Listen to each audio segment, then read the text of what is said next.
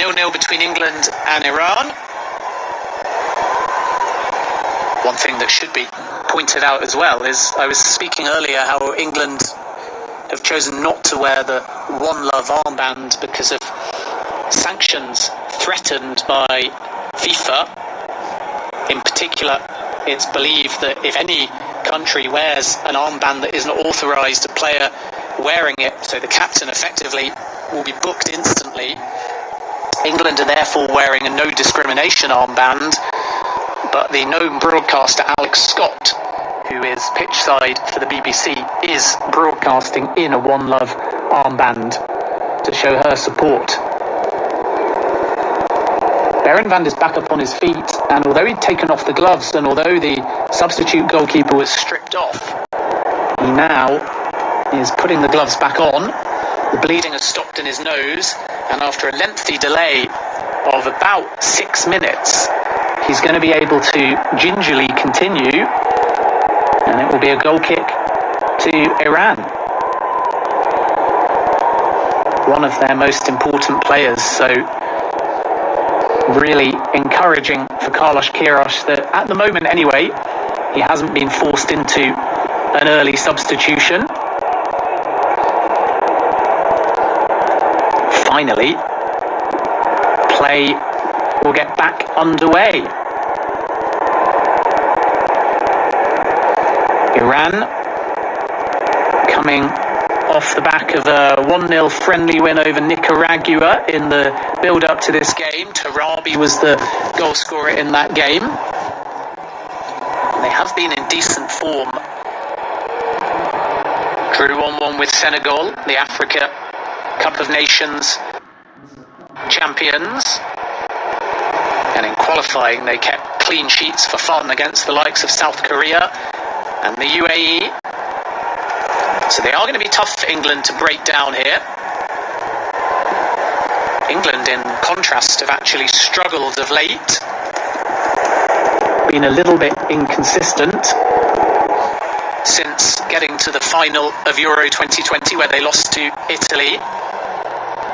Berenvand is down again here, by the way, and now is making a substitution sign, so we're going to have another stoppage, and he's gone down off the ball, and Carlos Queiroz just puts both of his hands on his silver grey hair, and the goalkeeper is going to have to go off. And it's really a surprise that he wasn't just taken off in the first place, because he never quite looked right since getting up on his feet.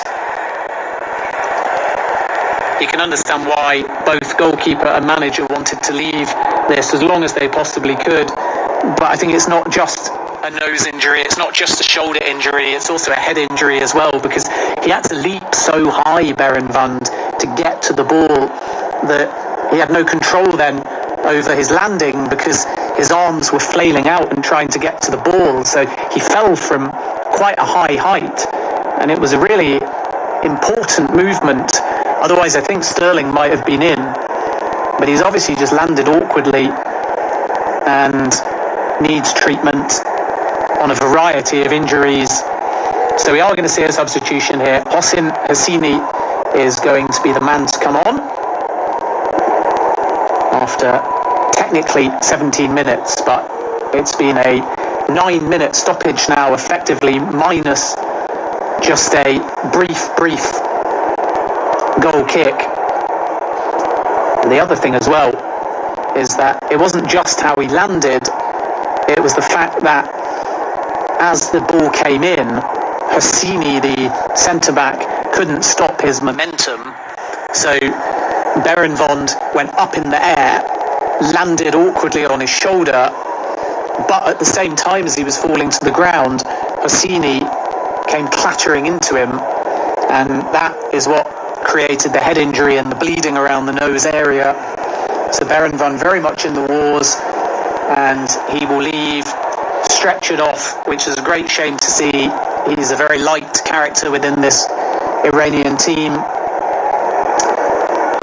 and you feel for him. Hopefully that nose isn't broken.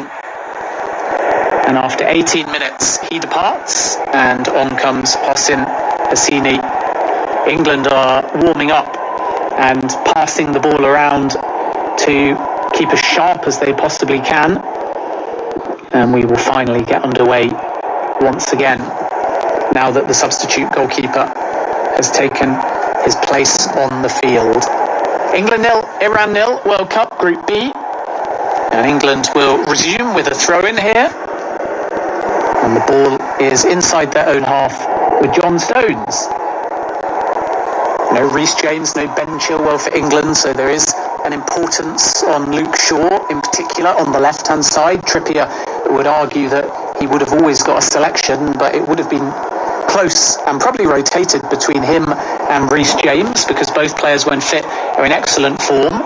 Luke Shaw plays a long looping ball down the left-hand side. It's cut back to Raheem Sterling on the edge of the area.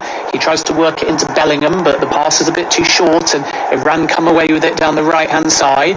Yakambash has it. He's well placed. Tries to cut infield and find Nurali, but it's intercepted, and Iran have had no real space in central midfield yet. And England go all the way back to Pickford, who launches one long, which is half cleared by Iran, almost finds the feet of Taremi, and then it will deflect over on this left-hand side where Haj Safi picks it up. He's 30 yards from goal on the left-hand side. Short ball down the left-hand side to Mohammadi, who's on the overlap, and he wins this side of throw-in. And Iran have